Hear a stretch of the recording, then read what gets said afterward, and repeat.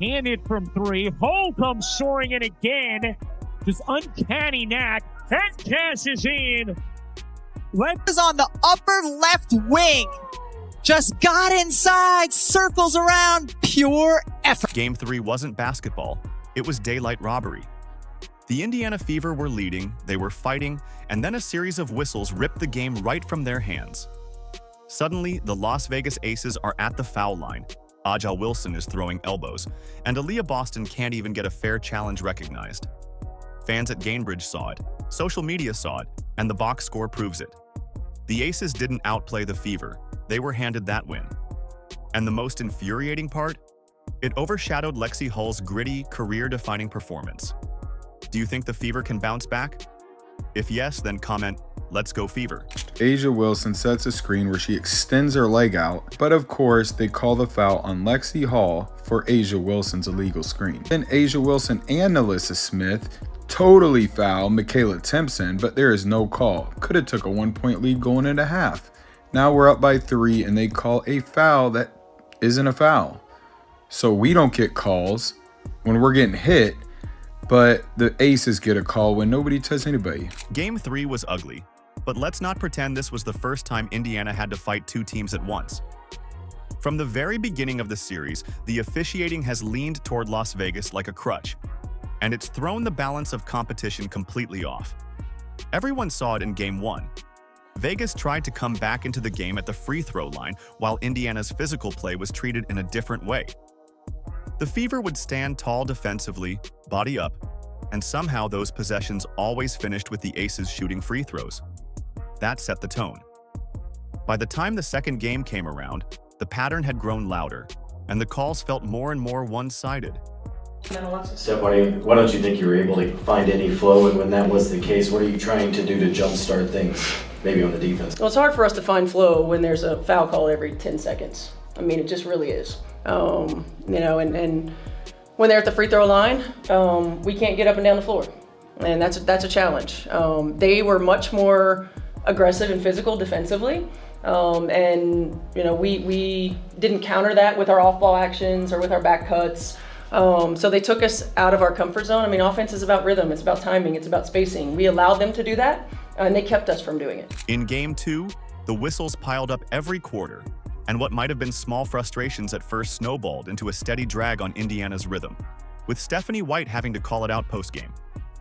By Game 3, it wasn't just a pattern anymore. It was a wall the Fever couldn't climb. The nightmare sequence came in the third quarter when Aliyah Boston tried to challenge a foul call on Jackie Young. Stephanie White motioned for the review. The bench was ready, but officials wouldn't even acknowledge it.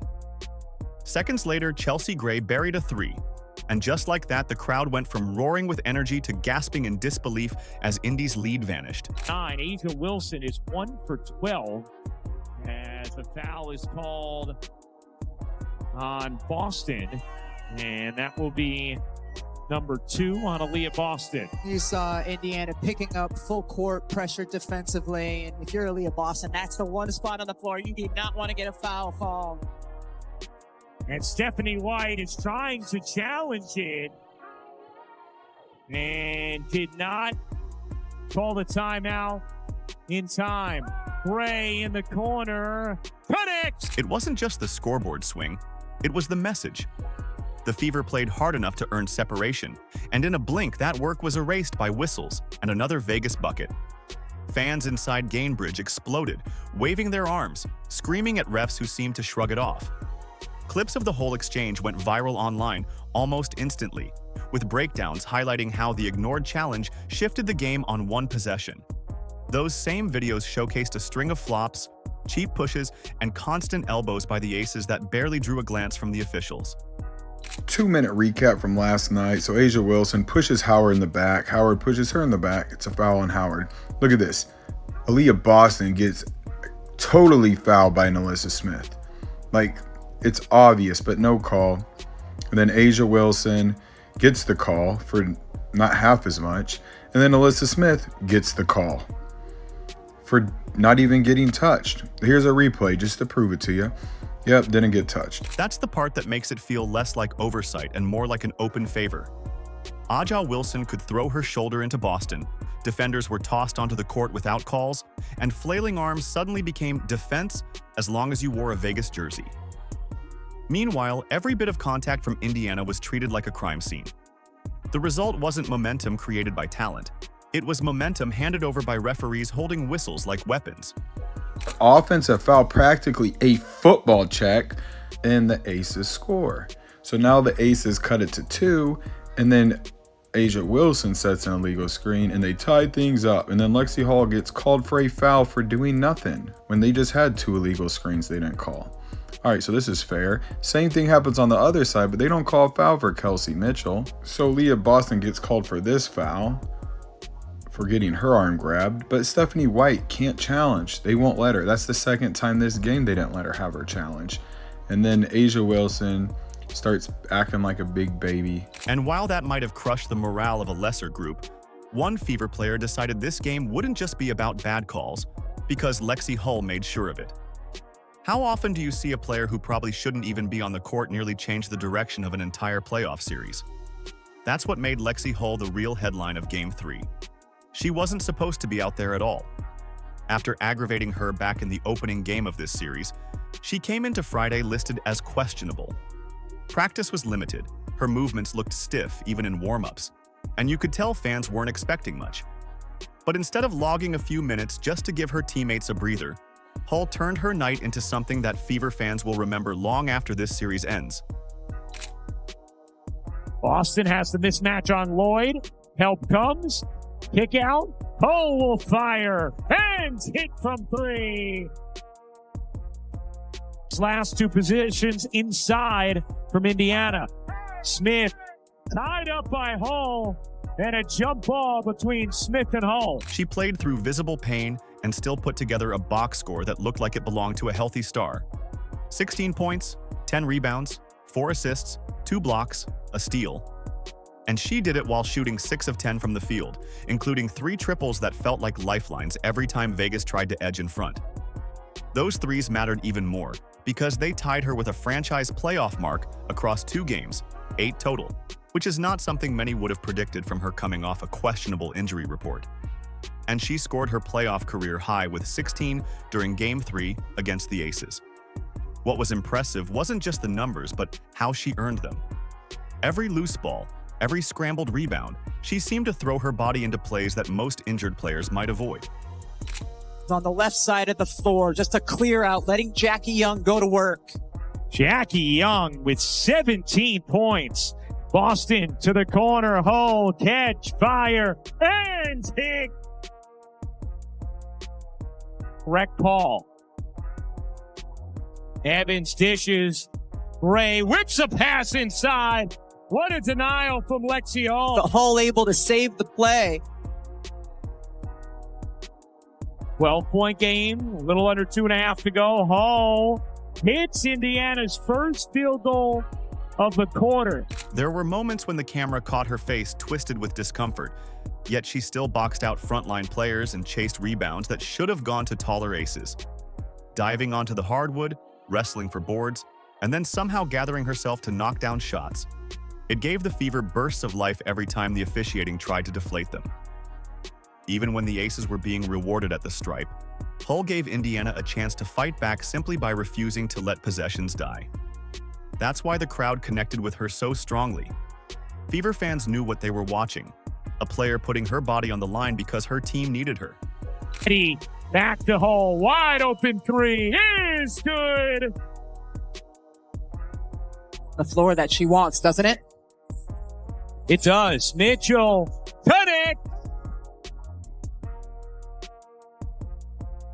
Here's Mitchell. Mitchell, one more. You bet. And that's what makes the entire night feel so wrong. On the same night Lexie Hull gave Indiana her best playoff game ever, all anyone could talk about were the whistles that turned the scoreboard upside down. That kind of effort deserved the spotlight, but instead it got buried under controversy. Maybe that's why Hull feels like the perfect representation of this Fever squad. Beaten down, underestimated, but refusing to give in. And if she was the picture of grit, then what does it say about Vegas that their biggest star barely showed up at all? Imagine being the face of the league, an MVP candidate, and going nearly 3 quarters without hitting a basket. That was Aliyah Wilson in Game 3. She opened the night with a three-pointer that looked like a preview of dominance, but then the shot stopped falling. By halftime, she was an astonishing 1 for 11 from the field, finishing the night at 6 for 20. That's 13 points on 20 attempts, which isn't just subpar by her standards, it's flat out bad for any starter in the WNBA.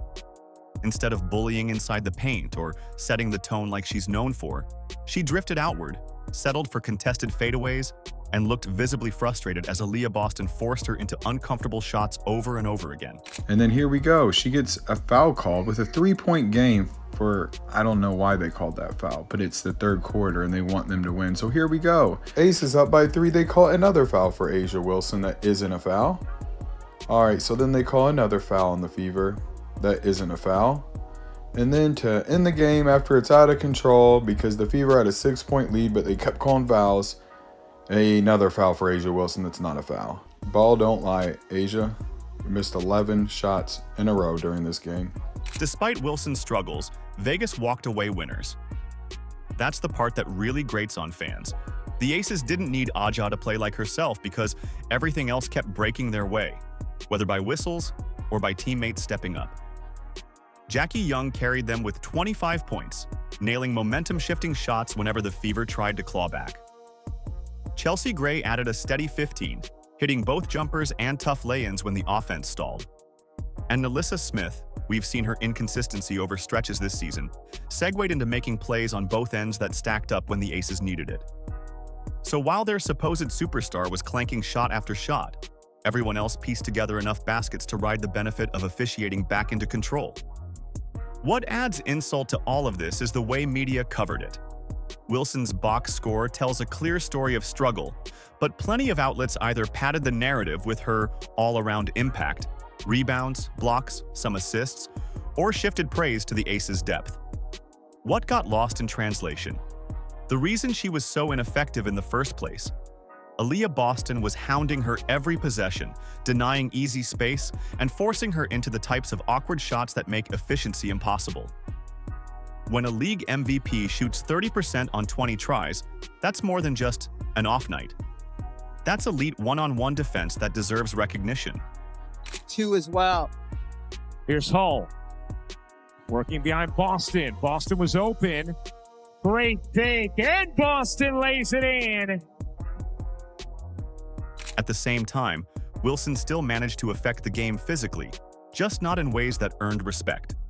There were elbows underneath, undercuts on box outs, and long arms thrown carelessly into Indiana players that almost never drew a whistle. And the Aces kept benefiting. Becky Hammon even complained afterward that Wilson got hit too often, pointing out her single free throw attempt in 38 minutes. But the humor in that is simple. This is the same Vegas team that lived at the foul line across all 3 games. When you're sitting on more freebies than your opponent all series long, crying about calls rings hollow. I thought she got hit a lot tonight. To shoot 1 free throw in 38 minutes. I know they told me not to say anything, but I can't. The truth is, Indiana bottled up Aliyah Wilson. They did the job you're supposed to do against the league's best player, and they still ended up losing because whistles softened the blow. That's what makes the Aces win feel empty. Instead of their star showing why she's the best, she was saved by officiating and teammates who bailed her out. That's not a statement victory. It's a protected escape. And now all eyes turn toward Gainbridge Fieldhouse, where Indiana has one final shot to flip this poisoned narrative. Sunday at Gainbridge isn't just another playoff game, it's survival. For Indiana, Game 4 is a final chance to prove they belong against a franchise that has been gifted every break along the way. Down 2-1, beaten up by injuries, and forced to overcome more than just their opponent on the floor, the Fever enter knowing that one loss ends the season. That sharp contrast sets up a night where everything is stacked against Indiana. Sims, voice short. Look at Hull coming screaming in for the rebound. Boston trying to body Wilson and does. Sims back to Boston, going back to work and dropping it in. An aggressive and effective Aliyah Boston. Becky Hammon has already started setting the stage, complaining about physicality from the Fever and raising concerns that officiating might bend toward the home team this time. Think about the irony.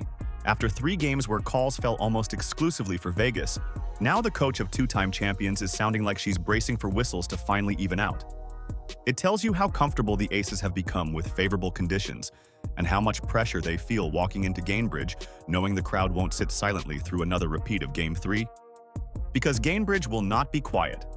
17,000 Indiana fans are expected to pack the building, and they will make every possession for Las Vegas miserable. It's not just noise, it's a wall of energy. When the Fever get a stop, when Boston scores inside, when Hull hits a 3, that building becomes a storm the Aces haven't handled well this season. Even Hammon admitted Vegas hasn't enjoyed playing here. That's the biggest weapon Indiana has. Turn the arena into fuel, and challenge Vegas to survive outside of officiating help. Here's Boston, back to Hull. Sets herself up. Mitchell is free, laying it in. Been a while since Mitchell has gotten a shot attempt.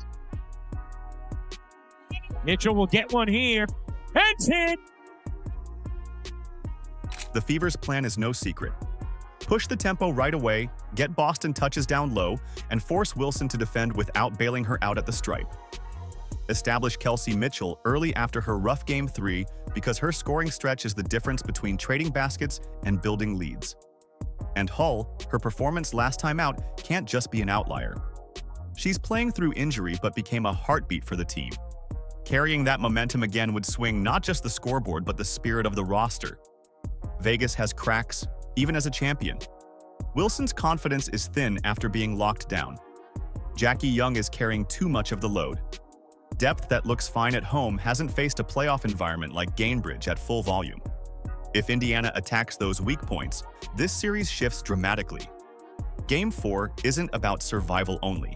It's about sending a message for what's coming next season when Caitlin Clark returns, and the Fever's core grows sharper. On this first half, Young attacking and denied. Timpson on the block.